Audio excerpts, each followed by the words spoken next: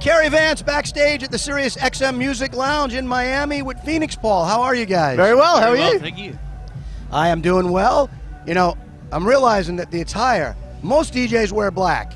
Now it's 90 degrees out. You guys are in white. We're smart. We thought about this. You know. I don't know how smart we are because I wish I'd worn a tank top right now.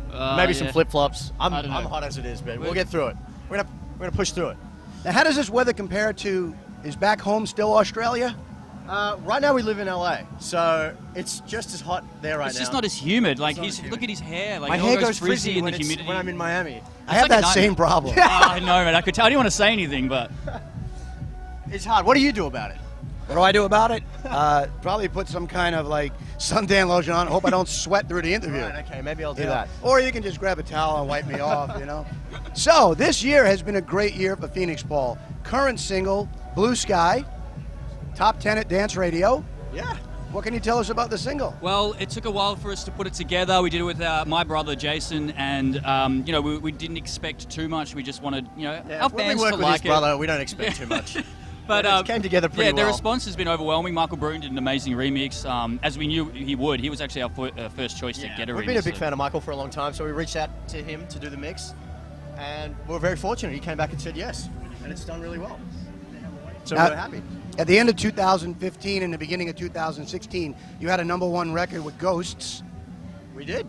That was also unexpected because that was something we were working on for a long time. We had the melody written a long, long time ago. Yeah. And then we were fortunate enough to work with Melissa Ramsey, who is also from Melbourne, like us, and she wrote an amazing vocal. And it was funny because we wanted to release it on our own label because we just weren't sure how it was going to go, like what was going to happen, and for it to sort of go #1 was ridiculous. And we kind of laughed every time we sort of got an update on what it was doing because we just never expected that. So maybe we should expect more because it always seems like we never expect anything. Like Now, where did it all begin for Feenixpawl? a long time ago. It was 2005, I Yeah, think. 2005. I was running a nightclub in Melbourne, and he was a promoter for me. And I was doing a really, really bad job. He was a terrible promoter. So I was like, look, maybe I should just try and become a DJ. I was already producing music back then, and he put me on in the back room for about $20 an hour. And he was terrible. And I was, oh my God.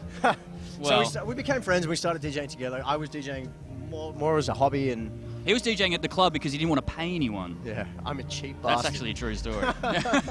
So yeah, we just started DJing together because we realized we had a bit more fun, and the music came a little bit after that, and we just plugged away and just sort of honed in on the craft. It took us a long time for us to really get anywhere, but Yeah, we certainly weren't overnight sensations. yeah. And how did you come about the name? We used to tell all these different stories, but Yeah, we tried to come up with a new story every time someone would ask, but you'd be surprised how hard that is. Like, one of them was something like we had a dog and his name was Phoenix, and it was run over by someone named Paul, and you know, that's the response we'd get. And then we realized that we should just be honest because it's easier. So his middle name is Phoenix, and my middle name is Paul. There's no How crazy boring story is to that? it. It's very Is that boring. true? that's actually It is true. You have actually to go true. back That's- and look at that's the previous true story. interviews? You can go. And we You can just- look at his ID if you want. I can go to Wiki and fact check it, right? Yeah, sure. Everything on there is completely true. So what are you working on now? What's the next single? Do you know yet? Yeah, we released one, I think, on the 4th of March called Everything I Needed with a Melbourne band, group called Strange Talk. It's a bit different to everything that we've done, but we're really proud of it, and it's just a happy song, and I think that's what, you know, the world needs. We've always right got now. about 5 or 6. I mean, it's like any producer. You've got that many projects on the go that I don't know what's going to be next exactly, but we've got a couple of collabs that we're excited about, but we'll see what happens. EP or an album? Maybe down the line. I think we're going to do singles for a little bit. I've always wanted to do an album, but we want to get to the point where we can put a track on the album that's just like 12 minutes of just house music that might not go #1 on SiriusXM. Yeah, I think it's also we probably have to take 9 months off to write an album, and I don't think we really want to do that right now. We're happy just touring and having fun. So you're touring. Where are some of the upcoming places you're going to be? We're actually going back to Australia for a wedding, so we're going to be gone for a few weeks. We're playing at Basement in San Diego. We're playing in Connecticut. And then We're back in the States for a little while, then we're going to go, hopefully, Asia towards... the end of the year, yeah. And we might go back to Europe in the middle of the year, but we're still sort of fleshing out all that. Yeah. Australia or LA? Who's got better food? Australia. All right, we're back home in Australia. Where are we going to eat? Chin Chin. Yeah, Chin Chin. That's Very a place good in Melbourne. The Nobu in Melbourne's pretty good. I mean, I know it's good in America too, but it is really good. Long Grain, nice spot near where we used to live. That was a good, an old favourite of ours. That's a good place to start, and that's going to set you back a few $1,000s. So maybe you just stop there. I don't know about that. We're in LA. We're sitting in traffic on the 5 or the 10 or the 405. What are your fans going to be surprised to hear you listening to? We have a jazz channel that we listen to quite a lot. You always crack it at me when I turn it on. But It keeps you calm in the traffic because there's a lot of it. You need to be relaxed when you're in LA and I'm a big traffic, fan so. of that really old station that plays all the 80s stuff. That's where most of our inspiration actually comes from. So The what is it? 104.3? yeah, No, that's just, the one. that's in the Australian one. Australia. Yeah, close enough. Yeah, but that's it. We love listening to old school music and jazz when we're not listening to house.